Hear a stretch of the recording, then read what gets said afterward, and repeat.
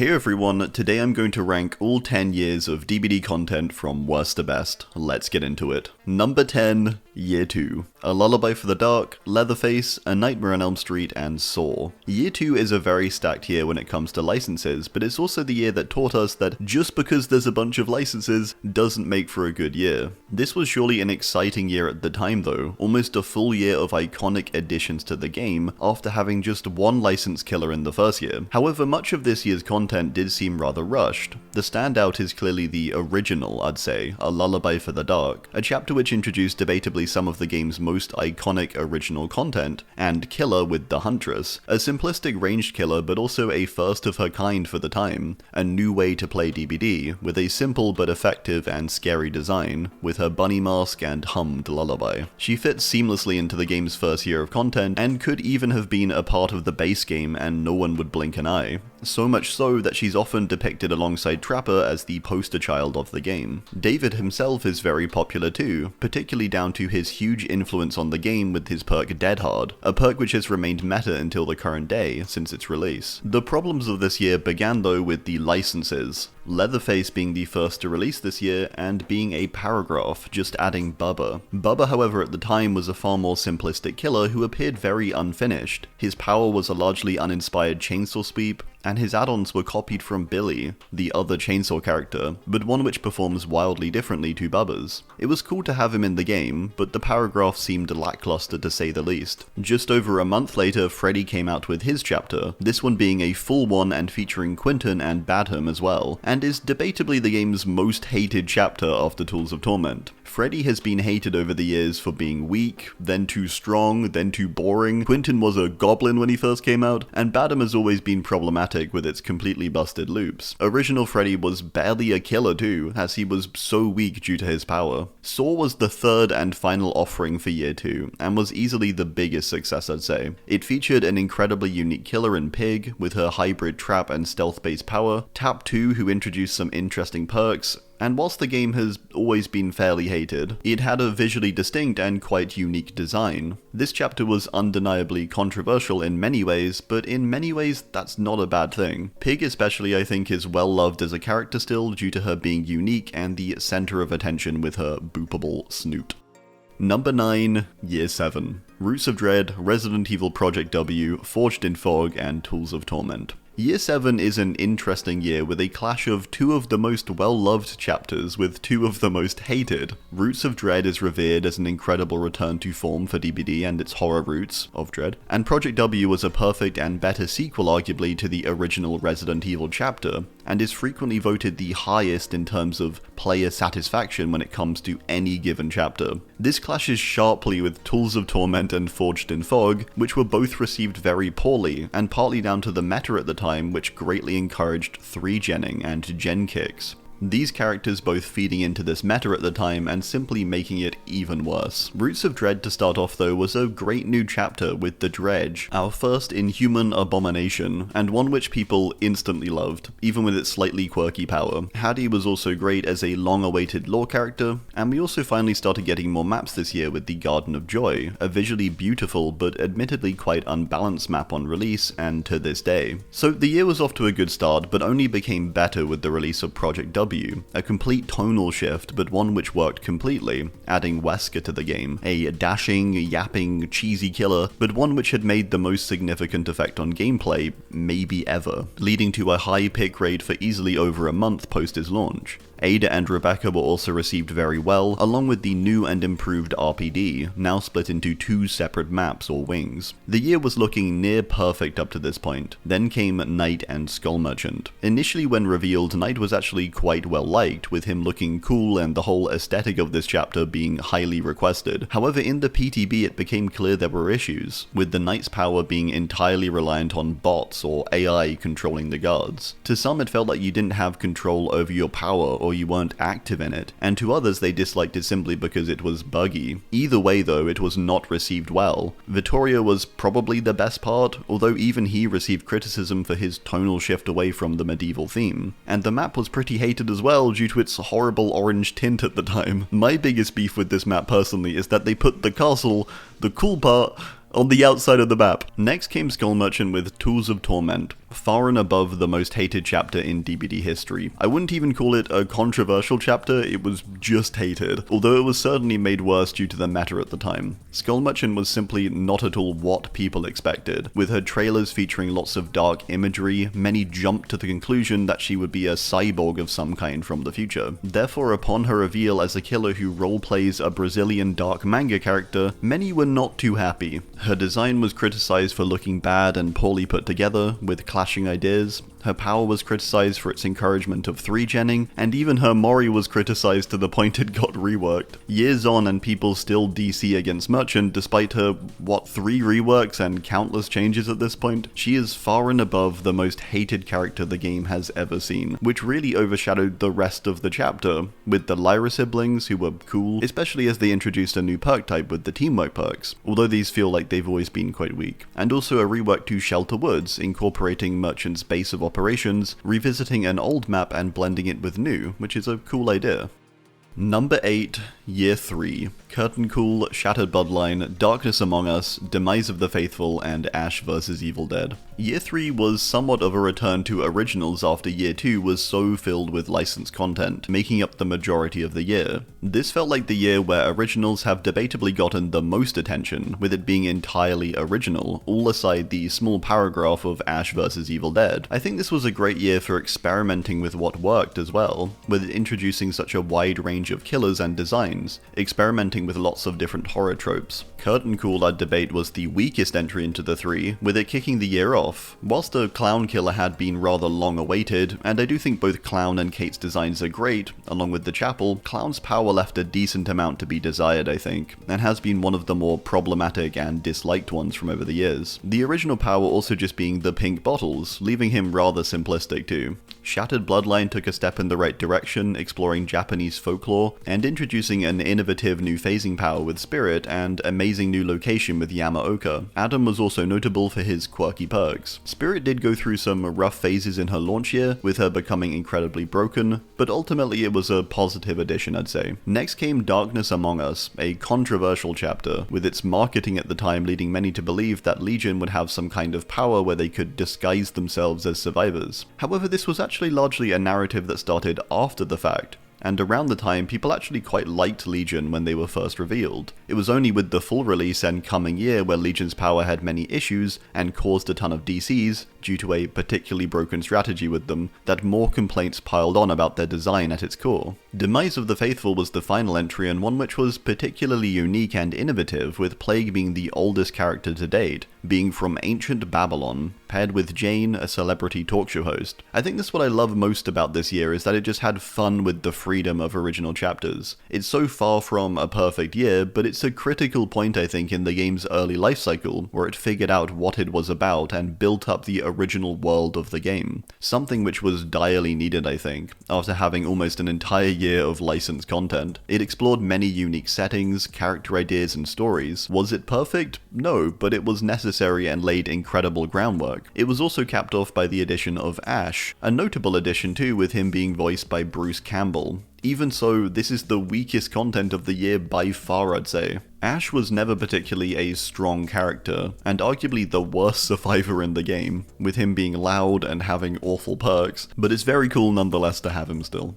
Number 7, Year 1. Base game, The Last Breath, Halloween, Of Flesh and Mud, Left Behind, and Spark of Madness. It's hard to go wrong with Year 1, the year that started it all, and the offering of the most content due to its inclusion of the base game. Whilst Year 1 does have a lot though, it isn't necessarily the greatest, and that's because, like many first years, it went through a lot of issues at the very start. Content was less polished to the standard we have today, and generally far less balanced too. Looking back at Year 1 now, and the entirety of its offerings have almost all been reworked in some way. Much of this content though has equally been somewhat acclaimed now as classic content. Despite being DLC, characters like Doctor, Nurse, and Hag have all become a core part of the game and are indistinguishable from the original 3. Myers is much the same on the license side, with him being the game's first ever license. He was a huge deal, not only because he came from a massive franchise, but he too offered up some incredibly unique gameplay. This year as a whole in fact did. Nurse completely broke the flow of gameplay by blinking through walls and between floors. Myers was given the ability to stalk instead of chase, and kill instead of hook. Hag semi-reinvented what being a trap killer meant,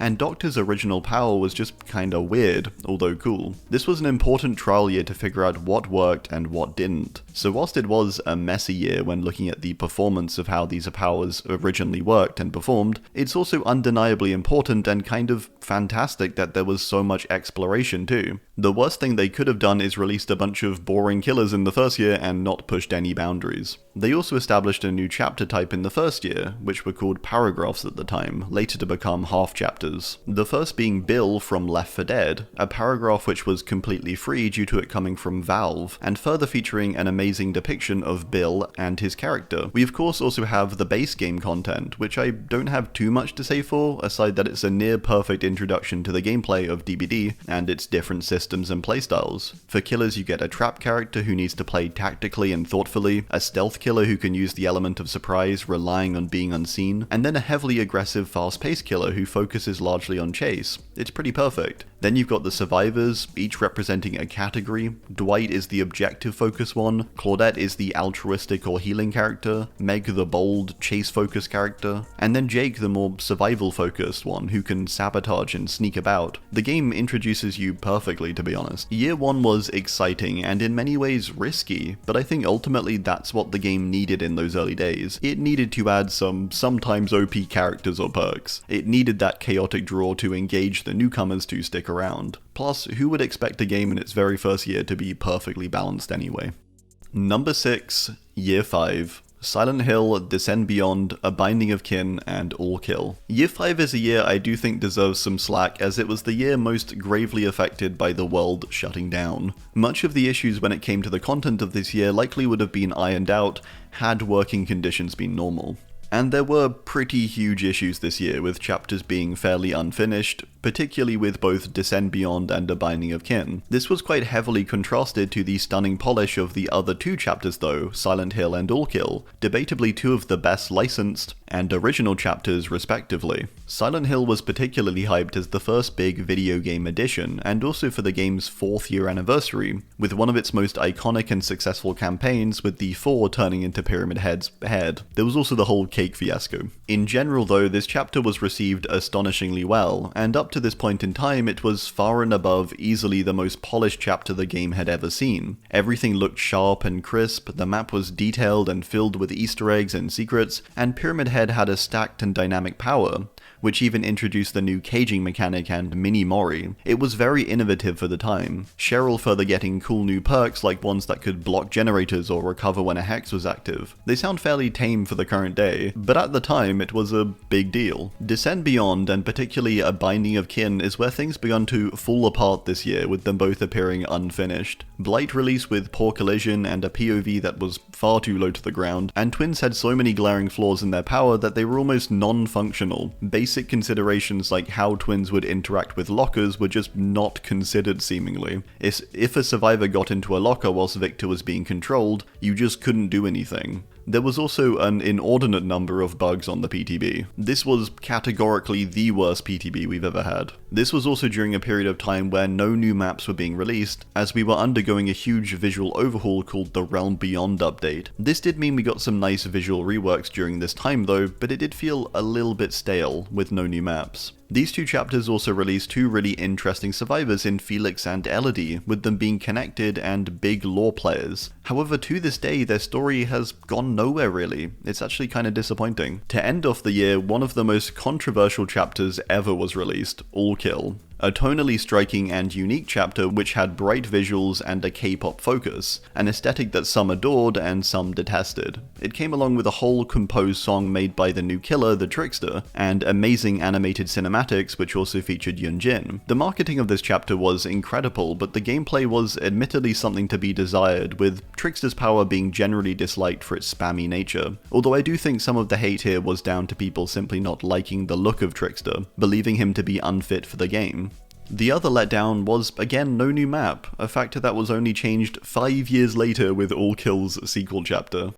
Number 5, Year 10. Five Nights at Freddy's, The Walking Dead, Sinister Grace, Stranger Things Chapter 2, and All Kill Comeback. Year 10 will surely go down as maybe the game's most stacked year in terms of, oh my god, they got that license? Featuring the most anticipated chapter of the game's history, FNAF, and a sequel to one of its biggest as well, Stranger Things Chapter 2. Then casually dropping in The Walking Dead as a half chapter, along with 2 originals. This year was massive in terms of the licenses it received, but it did leave a decent amount to be desired in terms of their delivery, and this was largely down to the delays that had been established at the end of Year 9 and entering into Year 10, due to the ongoing health update. Despite this, FNAF was still a huge hit, not much of a surprise I suppose, featuring Springtrap with a range of great skins and the new map, Freddy's Pizza. It was a home run and led to the game's biggest player count, which was toppled again just weeks later by it in combination with 2v8. The Walking Dead was one of the most troublesome points of the year though, where it was released with a lot of cool things, having Rick and Michonne and a number of cool perks and skins, but having a lot of issues that came along with this patch. Clear problems with the quality control where things as glaring as a metal beam appearing on the offering screen hadn't been addressed before releasing it to live. And although this was eventually solved, and the beam dubbed Jim, it definitely left a bad taste in people's mouths for what should have been an easy home run. What followed was Sinister Grace, which I would maybe argue is one of the most quickly forgotten original chapters the game has ever seen, featuring Krasu, who seemed to only have staying power initially due to her having some cool and gruesome animations, but also due to her power level. Once this was nerfed, she kind of just fell to the wayside almost completely. No one really talks about her now at all. V was the clearer winner in this chapter, being a well-loved and cool quirky drummer with some fun perks, but even she has sort of lacked cosmetics or additional love, to be honest. In fairness, Year 10 is the most recent year, so it's sort of hard to judge it completely, when so many other years have had more time to sit. Then came, I think, the longest gap between content we've had since maybe Year 2, being a 4-month gap, with the November chapter delayed until January. It was redeemed quite a bit though by being Stranger Things Part 2, a huge hit just after the show had officially ended, adding a ton of new survivors, Vecna, another one, and also partially reworking Hawkins, and further having a whole Stranger Things themed rift. There's not too much to say aside it was a big deal and a massive hit, and was everything and more than what was expected of a sequel chapter. To pair up with this, we then got an original sequel chapter with All Kill Comeback, a sequel to All Kill from 5 years prior, and one which revisited the world of Trickster, introducing a map based on his own delusion and for the highly anticipated Neon City style, further adding a new survivor, Kwon Tae-young, a tech developer who makes a female Trickster rival. Further, Trickster got a rework as well, although this is a bit up in the air whether it really fixed his design after all these years. This chapter was another great hit, I'd say, and it was certainly nice to see the Neon City especially, with it looking really stunning and being maybe the game's best map for quite some time, being visually great and also original, which is very nice, with much of the game's original content in this period feeling sidelined as a whole. Number 4, Year 9, Dungeons & Dragons, Tomb Raider, Castlevania, Doomed Course, Tokyo Ghoul, and Steady Pulse. Year 9 kicked off with Dungeons & Dragons, a chapter that initially worried me, especially for an anniversary, a chapter that feels potentially out of place in DBD as a horror-focused game. D&D is probably the most horror-adjacent chapter we've ever had, and yet it delivered more than I and many others could have hoped. Vecna was introduced with his Wheel of Spells power and impressive visuals. The bards were essentially 2 survivors in one, and one being an elf too, which was cool. And the map was visually beautiful. This chapter also had amazing new mechanics like the entire magic item system, and the ability to roll a d20 for many actions in game. The biggest letdown of this chapter was probably the bards, who despite having cool perks did feel particularly lacking in customization, despite it feeling like the whole point was their customization options. The map is also a little poorly laid out with its unbalanced top and bottom floor. To follow this, we got Lara Croft with Tomb Raider, a half chapter and I think the best solo survivor we've ever gotten. Lara once again is somewhat horror adjacent, yet she fits perfectly as a survivor, and was implemented well, with great voice lines and a solid set of perks, particularly Finesse. Castlevania came next and once again had impeccable visuals, being a hugely impressive chapter featuring Dracula, a killer able to switch between multiple forms. There was a lot of innovation this year and a huge amount of work put into making things feel unique and distinct from one another, and particularly from previous years. This year as a whole took more risks and tried to switch things up, looking more toward horror-adjacent properties over straight horror. Castlevania also got Trevor Belmont, who is definitely the weaker half of the chapter, being quite forgotten and often overshadowed by his own legendary skin, Alucard. The dip in this year came with Doomed Course, the only full original chapter of the year, which feels disappointing to say, especially after it followed on from All Things Wicked. Doomed Course got no marketing and released in a decently buggy state, feeling reminiscent of the launch of the Twins. Despite how Master looking visually great, having a cool idea for her power and also theme, being a pirate, she was really marred by the bugs that she launched with and was quite quickly forgotten, in large part because of them, I think. Tori was the other part of this chapter, a Black Veil cultist who wanted to be a killer. An awesome idea, but she kind of got sidelined as well, with her most notable aspect being her perk Shoulder the Burden. But even that sort of faded from the conversation quite quickly. The whole year kept in theme with horror adjacency with the release of Tokyo Ghoul, an anime chapter which featured Ken Kaneki. Another stunningly well done license of this year, which also featured maybe the game's most well-loved power since Wesker's. Kaneki was hugely popular on launch, being quite overpowered, but even after being nerfed he still remained really popular, and by the sounds of it this chapter was a huge hit sales-wise as well, even with the usual criticisms of it doesn't fit DBD. This whole year in fact was the it doesn't fit DBD year, and each release this year proved the people who thought that wrong. The final edition this year was Arella Rose and the Steady Pulse half chapter, a great character with a story interconnected with Greenville and some much needed representation in the game. Yet I do find Arella's perks could have been a bit more substantial and possibly introduced a new mechanic of some kind, as she's been relatively forgotten due to this, and her play rate has dropped considerably. She needed more of a tangible gameplay impact, I think. Number 3. Year 6. Resident Evil, Hellraiser, Hour of the Witch, Portrait of a Murder, and Sadako Rising. Year 6 booted off with one of the biggest chapters in the game's history, Resident Evil, a colossal video game license that led to a peak in the player count at the time, basically being a home run, adding well-loved characters Leon, Jill, and the Nemesis, along with one of the series' most famed locations, the RPD. It was an incredible addition to the game, especially as it was only the second time we'd had a chapter of this size where we got 2 survivors, a killer, and a map. It felt huge. Unfortunately, it did have its issues though, notably the crashing the new map caused, with RPD being especially bad for console players due to its size, which was in itself the other issue. The map was visually stunning, but atrocious to play on with its multiple flaws and huge spanning layout. Next we got the addition of Hellraiser, which was quite funnily mistaken for FNAF when the teaser dropped. Hellraiser was sort of a left field addition as well, with it not necessarily lining up with the game and its slasher roots.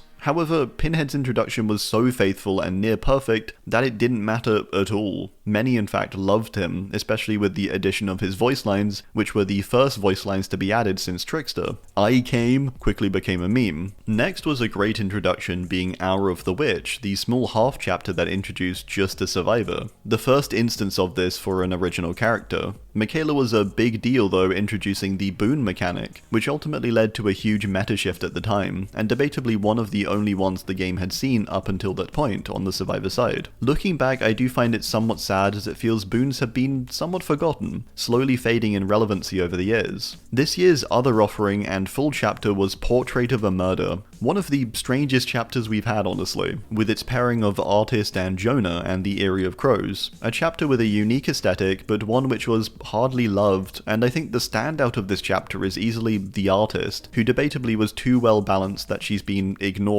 pretty much since her release because of that. A cool chapter visually nonetheless though, which made good use of a chapter focused around emotion expressed through art. The final entry of the year was Sadako Rising, an incredibly popular chapter at the time which people adored due to how it reignited the horror side of DBD. A chapter where you got jump scared in the lobby and the killer would slowly curse you in-game. It was quite innovative in that sense. It was also another great example of a hybrid license original chapter, with Yuichi being partially original, aged up for DBD. It's a well done chapter, although one which did suffer over the course of the remainder of the year, with Sadako's power becoming shaky and requiring a number of reworks to follow. She did certainly bring a lot of hype to the game though. Number 2, Year 8. End Transmission, Nicolas Cage, Alien, Chucky, Alan Wake, and all things Wicked. Year 8 opened up on the back foot after the failures of Year 7. The chapters of this year, especially the opening ones, really needed to hit. It opened with End Transmission, which was convenient as many of the criticisms for Merchant and what people wanted her to be sort of came true in this chapter, retroactively fixing things by adding the thing people wanted, or at least something close enough to it, with the singularity. Gabriel a clone as well, and an alien planet as a map. The first sci-fi chapter of the game, and also the first step into the future the game had seen, making End Transmission quite a big deal. Hux was well loved, although did suffer quite a few issues on launch with him being very weak. Gabriel brought along the hotly contested made for this meta. Devaka was liked, I think, overall, although I know many find it a bit too visually overwhelming. Next we got Nicolas Cage, just the guy. DBD's most bizarre edition it's ever made, but one of the best honestly, featuring voice lines from Nick Cage himself, a lore story that made Nick perform as the Blight in a Descend Beyond movie, and an awesome trailer. The whole thing was bizarre and still feels bizarre, but was great, especially gameplay-wise, with him coming along with 3 perks that just focused on fun and weird effects, making it so enjoyable. Then out of nowhere we got Alien, a chapter that had been highly requested since the game's launch, and a license reveal that came somewhat out of left field, but made complete sense considering the 2 chapters prior had some sort of sci-fi focus. Alien admittedly though felt like a bit of a flop, despite it feeling as though it should have been a runaway success on paper, bringing along Xenomorph, Ripley, and the Nostromo. But it just didn't seem to land quite in the way many expected. Xenomorph's power felt unaligned with how Xenos typically act, Ripley had the wrong face, and Nostromo, whilst again visually amazing, was a bit problematic gameplay-wise. Regardless, this chapter was definitely very cool, but certainly had its issues, and despite likely not being a literal flop, it certainly felt like it made a smaller splash than it should have. Chucky followed Alien and was sort of a similar deal, coming out of left field but also receiving a smaller splash of attention than what felt deserved. Chucky just added Chucky, but it was a huge deal, with him offering a whole new perspective to killer gameplay, being played in the third person and yapping throughout the game like a madman. Alan Wake followed him on, quickly putting this year into one of the most content-filled we've ever gotten, Alan being yet another case of a left-field edition, but one which worked very well, with Alan's voice lines in particular being praised for how passionately delivered they were, along with his solid offering of perks and visual quality of his character model. Then to end off a year which felt lacking a big moment despite its huge licenses, we got All Things Wicked, the game's best ever original chapter, to me at least. A chapter that reignited horror once more with its horrific killer, the Unknown, adding hugely popular survivor Sable with her alt style, and the best map balance-wise in quite some time with Greenville Square, making it a home run, and bigger than everything that had come in the year before it. The marketing was the best we'd ever seen, taking this chapter and its notoriety to levels unseen up until this point. I'd argue even more so than the licensed chapters, especially of this year. The impact this chapter had was absolutely colossal and made the most compelling argument ever for the game's original world when stacked up against licenses, which had largely been favoured for quite some time. Number 1, Year 4. Ghostface, Stranger Things, Curse Legacy, and Chains of Hate. This year to me is an almost perfect run of content from start to finish, pairing together 2 incredible licensed chapters with 2 incredible original chapters, perfectly balanced as all things should be. This year kicked off with Ghostface, a standalone killer chapter, which despite its small offering of content was incredibly well received and loved by the player base, with an amazing trailer and newly crafted iteration of Ghostface for DBD. It did have problems too, notably the fact that Ghosty's power originally was very easy to counter, with the joke being you could spin in a circle and break him out of his night shroud. Overall though, I'd say this year started off right. This was followed with Stranger Things, but also a huge update to the game with the archives and rift being added, which can be debated for better or worse, but I would say they've improved the game substantially, providing more progression and also allowing the lore to be expanded on. Stranger Things itself was also a huge deal, a modern and hugely popular license that was the most influential license to release since Halloween. This chapter was also a huge deal as it added 2 survivors and also a non-human killer, a complete first, and something even originally stated to never be coming to the game, so it was a really big deal. To follow up these two huge and incredibly well-loved licensed chapters, we got debatably two of the best original chapters as well, in both Curse Legacy and Chains of Hate, introducing Oni and Deathslinger respectively. Two of the most played and well-loved killers even to this day, with amazing designs and great lore too. The same can be said for the survivors of these chapters as well, Yui and Zarina. These chapters are so legendary as they were so well crafted and presented into the game, having distinct styles and themes and visually just looking impeccable, with the killers also simply being very scary and intimidating. So whilst Year 4 was quite a short bout of content compared to other years, it was incredibly well done, and I think is more than deserving of the top spot. One of my only issues with the content of this year was that all of the add-ons for the killers were pretty terrible. Anyway, alright, well that's gonna do it. I do hope you enjoyed, and let me know your thoughts as always down below. Thanks, and goodbye.